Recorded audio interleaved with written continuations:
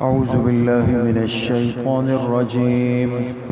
بسم الله الرحمن الرحيم. وأدخل يدك في جيبك تخرج بيضاء من غير سوء في 9 آيات إلى فرعون وقومه إنهم كانوا قوما فاسقين. فلما جاءتهم آياتنا مبصرة قالوا هذا سحر مبين وجحدوا بها واستيقنتها أنفسهم ظلما وعلوا فانظر كيف كان عاقبة المفسدين. صدق اللہ العظیم. یہ سورۃ النمل کی آیت نمبر 12، 13 اور 14، یہ 3 آیات آپ حضرات کے سامنے تلاوت کی گئی ہے. پچھلے درس میں یہ بات چل رہی تھی کہ اللہ پاک کے جلیل القدر پیغمبر حضرت موسیٰ علیہ السلام واپس آ رہے تھے مدین سے اپنی اہلیہ کے ساتھ، اور مدین سے مصر آ رہے تھے. راستہ بھٹک گئے، سردی بھی سخت تھی، رات کا اندھیرا بھی تھا اور راستہ بھی گم ہو گیا، اور ساتھ میں جو اہلیہ تھی وہ بھی حمل سے تھی، ان کو حمل کی تکلیف بھی تھی. تو کئی پریشانیاں ایک ساتھ جمع ہو گئی. لیکن راستے میں جب جنگل میں ایک جگہ دیکھا تو دور سے ایک آگ جلتی ہوئی نظر آئی. تو ان کو لگا کہ میں جب آگ کے قریب جاؤں گا تو عام طور پہ ہوتا یہ تھا کہ سفر میں اگر کہیں آگ جل رہی ہو تو یہ اس بات کی دلیل ہے کہ وہاں کوئی شخص بیٹھا ہوا ہے. تو یہ سوچ کر گئے کہ وہاں کوئی رہنمائی کرنے والا بھی مل جائے گا، اور دوسرا اس آگ سے کچھ حصہ لے آؤں گا، کوئی چنگاری اٹھا کے لے آؤں گا تو جو سردی کی شدت اور کیفیت ہے یہ بھی تھوڑی کم ہو جائے گی. تو بیوی کو اپنی جگہ پر روکا، اس لیے کہ وہ تکلیف میں تھی، اور خود تشریف لے گئے. لیکن جب وہ آگ کے قریب گئے آپ کے سامنے تفصیل آئی کہ حقیقت میں تو وہ آگ نہیں تھی، ظاہراً نار تھا لیکن حقیقتاً نور تھا. تو نار اصل میں نور الہی تھا، اللہ پاک کا ایک نور تھا، لیکن اس کو ظاہراً آگ کی شکل دے دی گئی تھی. اور جب وہاں گئے تو اللہ پاک نے ان سے ہم کلامی بھی فرمائی، وہاں پہ بات چیت ہوئی، اور اسی جگہ اللہ پاک نے ان کو نبوت کے مقام سے سرفراز فرما دیا. اللہ کے نبی بن گئے، پیغمبر بن گئے اللہ پاک کی طرف سے. لیکن ظاہر سی بات ہے کہ پیغمبری اور نبوت کا ملنا یہ ایک بہت عالی منصب ہے، ایک بہت بڑا منصب ہے. اور ایک انسان کو اچانک اگر کوئی بہت بڑا منصب مل جائے جس کی اسے امید نہیں ہے، اور ایک دم سے اس کو کہا جائے کہ جی آپ کو فلاں چیز مل گئی، فلاں بنا دیا گیا، تو تھوڑا سا جھٹکا تو لگتا ہے. اور جتنے پیغمبر ہیں ان کے ساتھ بشریت کے سارے تقاضے لگے ہوئے ہیں. بتقاضے بشریت حضرت موسیٰ علیہ السلام پر بھی وہ کیفیت آئی. اس لیے اسی جگہ اللہ پاک نے ان کو 2 معجزات نقد عطا فرمائے، 2 معجزات، تاکہ ان کو تسلی بھی ہو جائے، اطمینان قلبی بھی ہو جائے، اور ان کے لیے آگے بات کرنے میں آسانی بھی ہو جائے. تو 2 معجزات اللہ پاک نے ان کو عطا فرمائے. ایک معجزہ جس کا تذکرہ پچھلی آیات میں گزرا کہ ان کے لیے اللہ پاک نے فرمایا کہ آپ اپنی یہ لاٹھی جو ہاتھ میں ہے اس کو ذرا پھینک دیں. انہوں نے جب پھینکی تو وہ ایک باریک سانپ بن گیا، پتلا سانپ بن کر حرکت کرنے لگا. اور پھر اللہ پاک نے فرمایا اس کو ہاتھ میں لیں. جب ہاتھ میں لیا دوبارہ لاٹھی بن گئی. اس کو خرق عادت کہتے ہیں. جو چیز عادتاً نہیں ہو سکے اور ہو جائے اسی کو معجزہ کہا جاتا ہے. تو ایک معجزہ تو اللہ پاک نے ان کو یہ دیا کہ ان کے ہاتھ میں موجود جو لاٹھی تھی وہ پھینکنے پہ وہ سانپ بن گئی، اور دوبارہ جب ہاتھ میں لی دوبارہ لاٹھی بن گئی. ایک دوسرا جو معجزہ اللہ پاک نے دیا اس کا تذکرہ آج کی ان آیات میں ہے۔ ان آیات کا ترجمہ ہے وَأَدْخِلْ يَدَكَ فِي جَيْبِكَ، اور اللہ پاک نے فرمایا آپ اپنا ہاتھ داخل کر دیں اپنے گریبان میں، تو گریبان ہے اس میں آپ اپنا ہاتھ داخل کر دیں یعنی بغل میں، تخرج بیضاء، اور پھر جب آپ اپنا ہاتھ داخل کر کے باہر نکالیں گے تو وہ چمکدار ہو کے باہر آئے گا۔ اب ہاتھ کی جلد کا تو اپنا ایک رنگ ہے نا، لیکن جب آپ اس کو داخل کر کے باہر کریں گے تو ہاتھ چمکدار ہو چکا ہوگا۔ من غیر سوء، اور اس کے ساتھ فوراً تسلی دی کہ بغیر کسی مرض کے، کہیں موسیٰ علیہ السلام پریشان نہ ہو جائے کہ ایسا تو نہیں ہوا کہ مجھے برس کا مرض لگ گیا ہے نا، یہ بھی تو ہو جاتا ہے نا بعض دفعہ، تو ایسا نہ لگے کہ کوئی بیماری تو نہیں لگ گئی میرے ہاتھ کو، جلد کی کوئی بیماری لگ گئی ہو۔ تو فرمایا وہ سفیدی، وہ چمک جو ہاتھ پر آئے گی وہ کوئی بیماری نہیں ہوگی، من غیر سوء، بغیر کسی بیماری کے۔ پھر حکم ہوا فی 9 آیات الی فرعون وقومہ، یہ 2 معجزات نقد دے دیے اور باقی 7 نشانیاں اور اللہ پاک نے دی، 7 اور دی، تو 7 اور 2 ملائیں تو کتنے بن جاتے ہیں؟ 9۔ تو اب اس کا حکم ہوا، فرمایا اب آپ جائیں ان 9 نشانیوں کو لے کر فرعون اور اس کی قوم کے پاس، 9 نشانیاں لے کر جائیں۔ انہم کانوا قوما فاسقین، بے شک وہ بہت سرکش قوم ہے۔ فلما جاءتہم آیاتنا مبصرۃ، پس جب موسیٰ علیہ السلام ان کے پاس پہنچے ہماری واضح کھلی نشانیاں لے کر، قالوا، تو وہ کہنے لگے ھذا سحر مبین، کہا یہ تو کھلا جادو ہے، یہ تو آپ جادو دکھا رہے ہیں، یہ تو ہمارے لیے کوئی نئی چیز نہیں ہے۔ تو معجزہ دیکھ کر اس کو جادو سے تعبیر کیا تاکہ بات ہلکی ہو جائے۔ وجحدوا بہا، اور ان معجزات کا انکار کر دیا، کہا ہم اس کو نہیں مانتے، انکار کر دیا۔ واستيقنتها انفسهم ظلما وعلوا، جبکہ ان کے دل یقین کر چکے تھے، اللہ پاک فرما رہے ہیں ان کے دلوں نے یقین کر لیا تھا۔ کیا مطلب؟ یعنی جب موسیٰ علیہ السلام کے معجزات کو دیکھا تو دلوں میں یہ بات یقین کے درجے میں آ گئی کہ یہ عام جادو اور شعبدہ بازی کرتب بازی نہیں ہے، یہ تو کچھ اور چیز ہے۔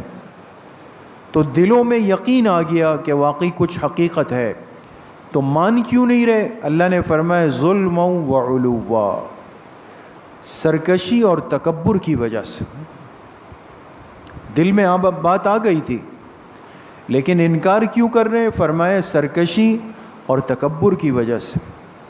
فانظر، پس دیکھ لو، کیف کان عاقبۃ المفسدین، کہ ایسے شرارتی لوگوں کا انجام کیا ہوا۔ تو یہ واقعہ موسیٰ علیہ السلام کا قرآن کریم میں بارہا کئی مقامات پہ آیا اور اس کو اللہ پاک نے مختلف طریقوں سے دہرایا، اور بار بار اس واقعے کو بیان کرنے کا مقصد یہ ہے کہ اس واقعے میں ہمارے لیے، اس آخری امت کے لیے بہت بڑی عبرت کا سامان ہے، بہت بڑی عبرت۔ اور ایک بات جو واضح طور پہ اللہ پاک نے بار بار ارشاد فرمائی کہ ان کی محرومی کی وجہ، فرعون اور اس کی قوم کی محرومی کی وجہ یہ تھی کہ ان کے اندر تکبر اور سرکشی بہت زیادہ تھی، عناد۔ اور جب یہ امراض انسان کے اندر آ جائے دوستو، تو پھر انسان کھلی آنکھوں ایک چیز دیکھنے کے بعد، یقین کرنے کے بعد بھی اس کو قبول نہیں کرتا، نہیں۔ اب معجزہ دیکھ لیا، سمجھ بھی گئے، اچھا سمجھے اس لیے کہ یہ قوم بہت زیادہ جڑی ہوئی تھی جادوگری کے معاملات سے، جادو ٹونا یہ چیزیں یہ لوگ بہت زیادہ کرتے تھے، اور جو آدمی جس کام سے جڑا ہوا ہو وہ اس کام کے اوریجنل طریقے کو بھی جانتا ہے، 2 نمبر طریقے کو بھی جانتا ہے، ایسا ہے نہیں ہے دوستو۔ اس لیے ہم جب کوئی چیز خریدتے ہیں، مثال کے طور پہ کسی ساتھی نے موٹر سائیکل لینی ہے، گاڑی لینی ہے، یا آگے بقرعید آ رہی ہے، کسی نے گائے بکرا لینا ہے نا، تو اب لوگ کیا کہتے ہیں، بھائی فلاں ساتھی کو ساتھ منڈی لے جانا ہے، خود نہیں جاتے، اکیلے نہیں جائیں گے، فلاں کو ساتھ لے جانا ہے، بھائی اس کے پاس کیا گیدڑ سنگھی ہے کہ آپ اس کو لے جا رہے ہو؟ کہتے وہ جانوروں کو سمجھتے ہیں۔ اب وہ جائے گا، گائے کی کبھی گردن پہ ہاتھ رکھے گا، کبھی دم کو دیکھے گا، کبھی آئیں بائیں دیکھے گا، کہے گا بھائی یہ اصل پلائی ہوئی ہے، اس کی انجیکشن نہیں ہے۔ آج کل لوگ کہتے ہیں نا بھئی یہ جو تن و من جانور بنتے ہیں بڑے ڈیل ڈول کے، تو بعض لوگ یہ کہتے ہیں کہ بھئی مخصوص انجیکشن لگائے جاتے ہیں جس سے ان کی جسامت بڑی ہو جاتی ہے۔ تو اب ہم جیسے نابلد آدمی کو جس کا ان چیزوں سے واسطہ نہیں ہے، تو ہم کیسے فرق کریں کہ بھئی یہ انجیکشن سے بنا ہوا جسم ہے یا واقعی نارمل اس کو گھاس چارہ کھلا کر بنایا گیا ہے نا؟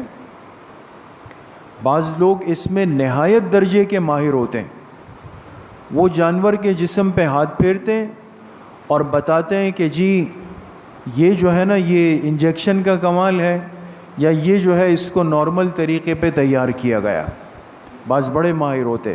اس دن ہم ایک ساتھی کے ساتھ بیٹھے ہوئے تھے، تو وہ کہنے لگے کہ میں گزر رہا تھا، راستے میں ایک آدمی 2 بکرے رسی سے پکڑ کے اسے عید کے قریب لے جا رہے ہوتے ہیں بیچنے والے نا، تو کہا اتنے باری برکم پیٹ نکلے ہوئے بکرے تھے، لیکن وہ ساتھی اس کام سکے ماہر ہے نا۔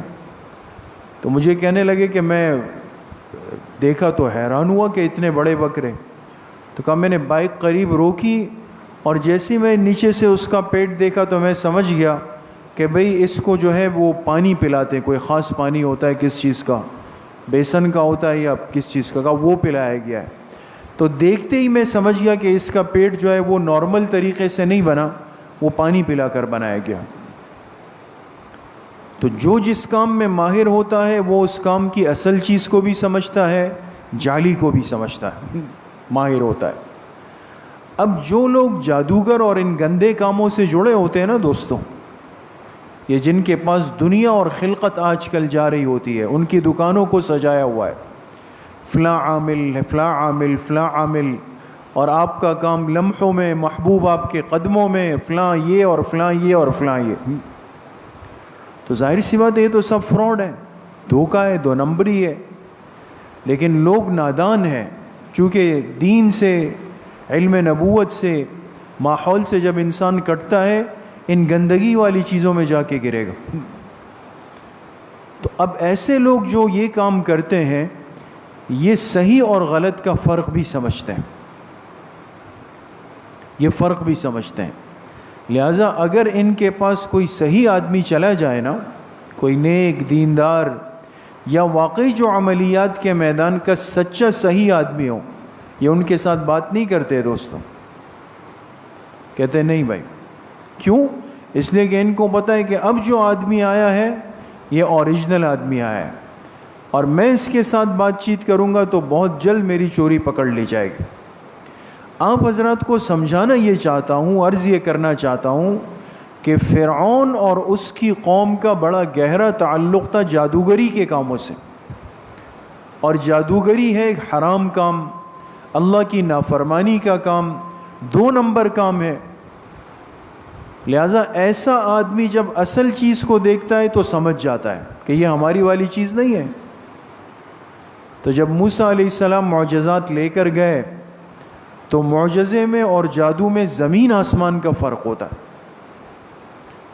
زمین آسمان کا۔ یہ لوگ سمجھ گئے کہ ہم جو کرتب بازیاں کرتے ہیں وہ تو صرف نظروں کا دھوکہ ہے، اور جو یہ شخص لے کر آیا ہے، یہ پیغمبر جو لے کے آیا ہے، یہ اصل لے کے آیا ہے۔ اب ہونا تو یہ چاہیے کہ جب انسان کو حق اور ہدایت مل جائے، اصل چیز مل جائے، جینین چیز مل جائے، تو اس کو قبول کر لے۔ لیکن میرے عزیزو، دوستو، بزرگوں، بعض چیزیں انسان کی محرومی کا سبب ہوتی ہیں، اور ان میں سے اللہ پاک نے یہاں پہ فرمایا ظلم و علوا۔ ان کے مزاج میں سرکشی بہت تھی، اور ان کے مزاج میں تکبر بہت زیادہ تھا۔ تکبر، اپنے آپ کو کچھ سمجھنے کا مزاج اور ظلم کا مزاج۔ آج ان روحانی امراض کو، ان گناہوں کو ہم ہلکا لیتے ہیں نا، آج ان کو ہم ہلکا سمجھتے ہیں۔ دل کے اندر عجب ہے، تکبر ہے، حسد ہے، بدگمانی ہے، غیبت ہے، یہ امراض ہماری زندگیوں میں ہمارے ساتھ چل رہے ہوتے ہیں، اور ہم سمجھتے ہیں شاید یہ ایسے ہی باتیں ہوتی رہیں گے، کچھ بھی نہیں ہوتا اس سے۔ اس سے اتنا بڑا نقصان ہوتا ہے۔ قرآن کریم جو سمجھا رہا ہے کہ اگر انسان کے اندر یہ اخلاقی روحانی امراض جڑ بنا لے، بنیاد اپنی بنا لے، تو انسان ہدایت کے پہنچنے کے باوجود بھی اس سے محروم ہو جاتا ہے۔ اب ہدایت ان کے دروازے پہ گئی، اللہ کے پیغمبر ان کے پاس گئے چل کر، پھر کیا رہ جاتا ہے؟ اور اس سے بڑھ کر اللہ پاک فرما رہے کہ ان کو یقین ہو گیا دلوں میں کہ جو کچھ آیا ہے حق یہی ہے، ساری نعمتیں آ گئی، قبول کیوں نہیں ہو رہی؟ فرمایا ظلم و علوا، اس قوم کے اندر ظلم کا اور تکبر کا ایک مزاج پیدا ہو چکا تھا، اور جس کی وجہ سے یہ لوگ اس ہدایت اور حق سے ہمیشہ کے لیے محروم دنیا سے چلے۔ اس لیے میرے محترم دوستوں، بھائی اور بزرگوں، بہت بڑی نعمت ہے ہدایت کا مل جانا، لیکن سمجھدار مسلمان وہ ہے جو ان اسباب اور ان چیزوں سے اپنے آپ کو بچائے جو اس ہدایت کو، اس حق کو، اس خیر کو، اس ایمان کو نقصان پہنچانے والی چیز ہے۔ بہت سارے کام آج ہم ایسے کرتے ہیں جس کا اثر جا کے ہمارے ایمان پر، عقیدے پر، یقین پہ پڑ جاتا ہے، لیکن ہم اس کو کر رہے ہوتے ہیں۔ نتیجتاً کیا ہوتا ہے؟ ایمان کمزور ہو جاتا ہے، عقیدہ کمزور ہو جاتا ہے، یقین اللہ کی ذات پہ کمزور ہو جاتا ہے۔ تو اس لیے روحانی امراض کو سمجھنا بھی ضروری، اس سے بچنا بھی ضروری، اور اس کا علاج کرنا بھی ضروری ہے۔ اللہ پاک مجھے بھی آپ سب کو صحیح عمل کی توفیق نصیب فرمائے۔ باقی انشاءاللہ حسب ترتیب کل بروز ہفتہ صبح 11 بجے سے 11:30 بجے تک بنات کے مدرسے میں مستورات کی اصلاحی مجلس ہوگی، اور عصر کی نماز کے بعد انشاءاللہ مسجد میں اصلاحی بیان اور ذکر مراقبے کی مجلس ہوگی۔ ساتھی اہتمام سے شرکت فرمائیں۔ الحمدللہ رب العالمین، الصلاۃ والسلام علی سیدنا